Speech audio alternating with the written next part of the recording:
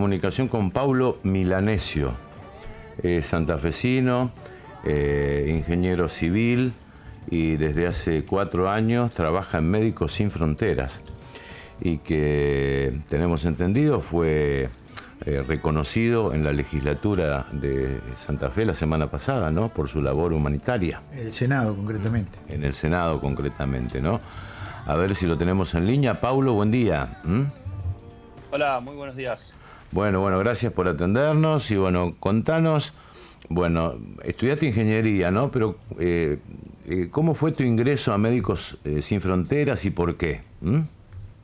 Sí, bueno, yo estudié ingeniería civil en la Universidad Nacional de Rosario y después de un par de años aquí en Rosario, bueno, viajé a Barcelona, empecé un poco una búsqueda profesional y personal de a dónde llevar mis conocimientos técnicos y terminé entrando en el mundo humanitario.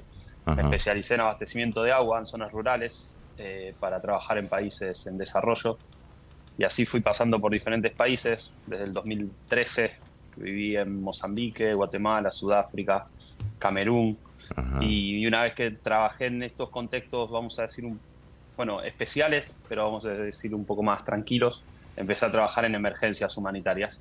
Ya contextos más complejos, donde las necesidades son mucho más extremas y donde la situación está caracterizada por, vamos a decir, por una necesidad que trasciende ya solo el abastecimiento de agua, sino que ya es una cuestión de salvar vidas o de trabajar en situaciones de emergencia, ¿no? Sí. Y así es como llego a Médicos Sin Fronteras, que es la organización, una de las principales organizaciones en cuanto a respuestas en estos contextos, y me especialicé ya en lo que es la gestión de programas en emergencia, en temas de conflicto y situaciones bélicas, conflictos armados. Sí. Y así es como llevo a Médicos Sin Fronteras como coordinador general de operaciones, que llamamos. Sé que estuviste en la Franja de Gaza últimamente. Sí, mi último trabajo fue dentro de Gaza, durante 2 meses. ¿Y qué viste ahí? Una situación caótica y sin precedentes. Como te comentaba, yo estuve en muchos lugares después, pasé por diferentes guerras, como en Ucrania, donde trabajé casi más de un año y medio. Pero lo que hay en Gaza trasciende cualquier tipo de precedentes, es una cosa épica y una destrucción total, una situación caótica. Yo lo defino como un apocalipsis humanitario, porque realmente ahí hay prácticamente 2 millones de personas que están en una supervivencia constante, y a mí me tocó trabajar en ese contexto en donde tampoco están dadas las garantías para los trabajadores humanitarios. En Gaza, en este año que ya pasó de la guerra y de esta barbarie que se está viendo ahí, ya murieron casi 300 trabajadores humanitarios.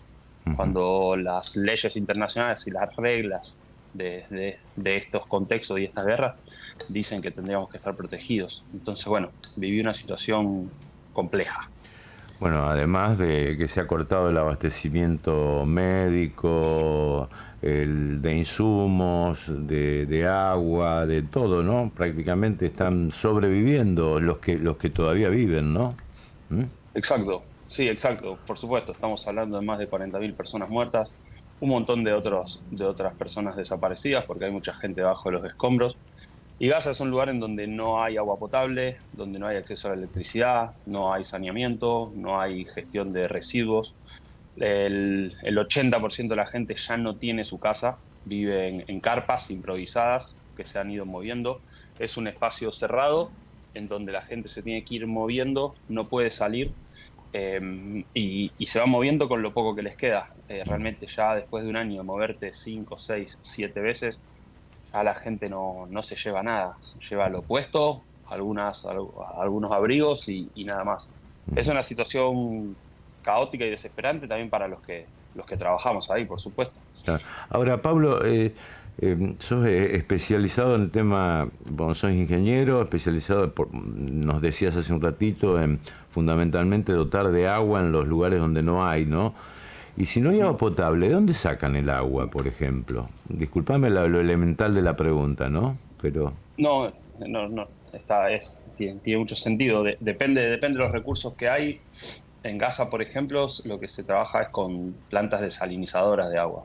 O sea, Gaza está al lado del mar y tiene, bueno, la propia Napa también tiene agua que es salada, pero hay grandes plantas desalinizadoras que, bueno, con las que se trata el agua y se consigue agua potable. Por ejemplo, en Gaza la complejidad es que todas esas plantas y todo ese sistema para abastecimiento de agua depende del combustible. Entonces, este bloqueo que hay para el ingreso de insumos, ya sea insumos médicos, insumos de alimentos o insumos que tienen que ver con combustible, hace que todo esto sea también más complicado. En Gaza bueno, es la principal fuente de abastecimiento de agua, es poder tener la capacidad de convertir el agua en agua para consumo humano. Sí. Ahora estás ahí en Rosario, ¿pensás volver a Gaza? No sé cuál es tu próximo destino con Médicos Sin Fronteras. Bueno, de momento estoy acá, descansando y bueno, y en casa y sin un próximo destino. Claro. Ahora, la idea, sí. La idea era volver en agosto, pero bueno, Sí. las condiciones no estaban dadas, así que de momento por acá me quedé. Paulo, obviamente es una obviedad decir que el trabajo de ustedes es un trabajo riesgoso, ¿no? Pero ¿son respetados los Médicos Sin Fronteras o corren el mismo riesgo o similar riesgo de la población en conflicto, por ejemplo? Bueno, en los contextos donde trabajamos sabemos que tomamos riesgos. De hecho, ese es uno de mis principales, una de mis principales responsabilidades, lo que es la gestión de seguridad y garantizar la seguridad de nuestros colegas, de mis equipos, de los pacientes que se acercan a nuestras clínicas. En algunos contextos se respeta más, en otros contextos se respeta menos. En Gaza es una de las principales características, es que se respeta muy poco o prácticamente nada. Como decía, 300 trabajadores humanitarios ya han sido asesinados y nosotros en Médicos Sin Fronteras hemos tenido que sufrir la muerte de 6 compañeros. Nuestros hospitales están bombardeados en las zonas aledañas, es muy difícil trabajar, corremos riesgo. La verdad, el respeto es muy bajo, no hay garantías y bueno, es lo complejo de Gaza. Yo en Gaza pasé miedo como no había pasado en otros lugares.